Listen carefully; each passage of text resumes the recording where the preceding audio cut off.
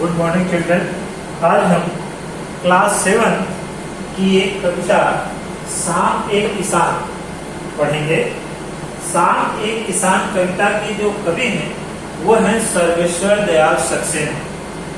सर्वेश्वर दयाल सक्सेना ने सांप एक किसान की कविता में एक प्राकृतिक दृश्य, जाड़े का एक प्राकृतिक दृश्य का वर्णन, अर्थात जाड़े की शाम का प्राकृतिक वर्णन है और एक प्रतीकात्मक रूप में उन्होंने इस वर्णन को किया। प्रकृति के साथ संध्या के समय गांव में किस प्रकार जाड़े की संध्या होती है उसका एक प्राकृतिक वर्णन किया।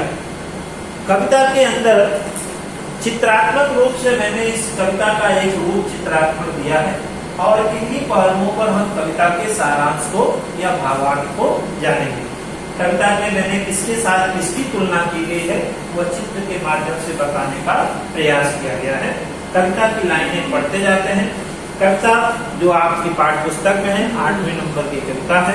कविता का शीर्षक है सांप एक किसान। आकाश का साफा बांधकर सूरज की चिलम खींचता बैठा है।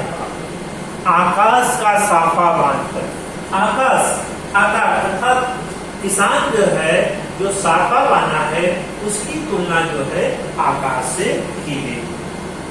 आकाश का साफा बांधकर, तो आकाश को किसके साथ उसकी तुलना की गई है? आकाश की तुलना साफे के साथ की गई।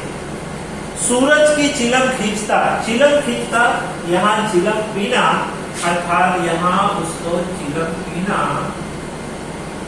ये जो चिलम खींचना वह सूरज के साथ उसकी तुलना की गई। सूरज की चिलम खींचता बैठा है पहाड़। अब ये जो पहाड़ है आपका, इसकी तुलना किससे की गई है? पहाड़ की तुलना किसान से की गई। तो पहले दृष्टांत को आपने समझ गए होंगे।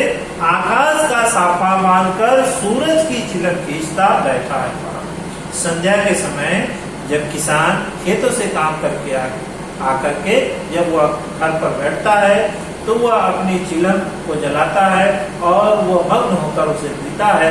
सूरज जो है धीरे धीरे लाल होकर अस्त होने के कगार पर है। यहाँ कवि ने कल्पना किया है और कल्पना में सोच रहा है कि आकाश का साफा बांधकर किसान ने आकाश रूपी साफे को पहना है और सूरज की चिलम को वह खींच रहा है अर्थात पी रहा है।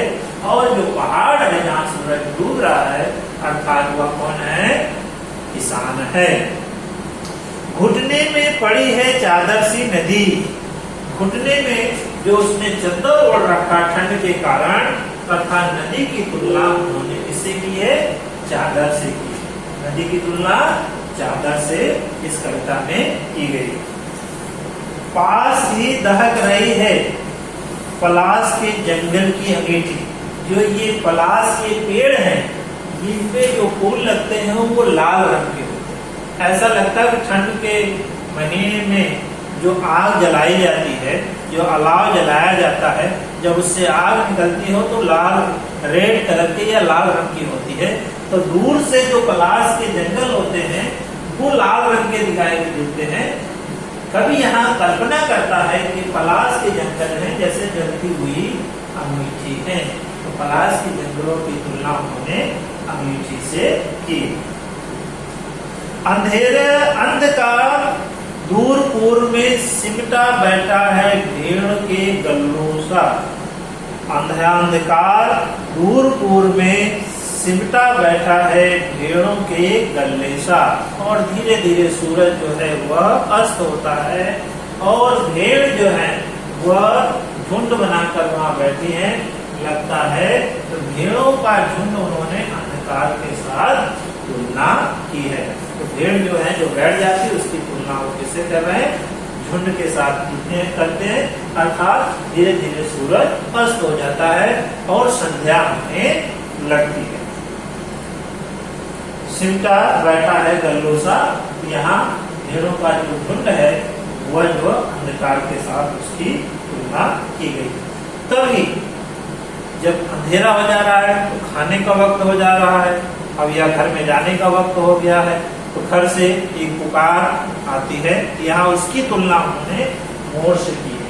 किसान की पत्नी जो है उसकी तुलना उन्होंने मोर से की। तो आगे अचानक बोला मोर, बाग में मोर बोला, परंतु घर में कौन बोला? किसान की पत्नी। अचानक बोला मोर, जैसे किसी ने आवाज दी, जैसे लगता है किसी ने आवाज दी। किसने आवाज दी? किसान की पत्नी ने। सुनते हो चिलम आंधी, धुआं उठा, सूरज डूबा, अंधेरा। और जैसे ही पत्नी ने आवाज दी, उसने अपने चिलम को औंधा किया, उल्टा कर दिया, उसमें से धुआं निकला और सूरज उसी समय पहाड़ों के बीच अस्त हो गया और अंधेरा छा गया। इस प्रकार यह एक प्रतीकात्मक कविता है। इसमें प्रतीकों का माध्यम से शाम के इस प्राकृतिक दृश्य का वर्णन किया गया है।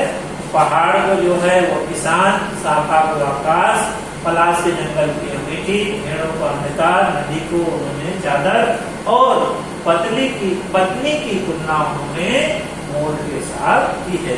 इस प्रकार सर्वेश्वर दयाल सक्सेना ने शाम एक किसान में जाड़े की एक शाम का वर्णन किया गया है। पाठ से संबंधित जो भी प्रश्न है वो आपको भेजे जाएंगे। धन्यवाद।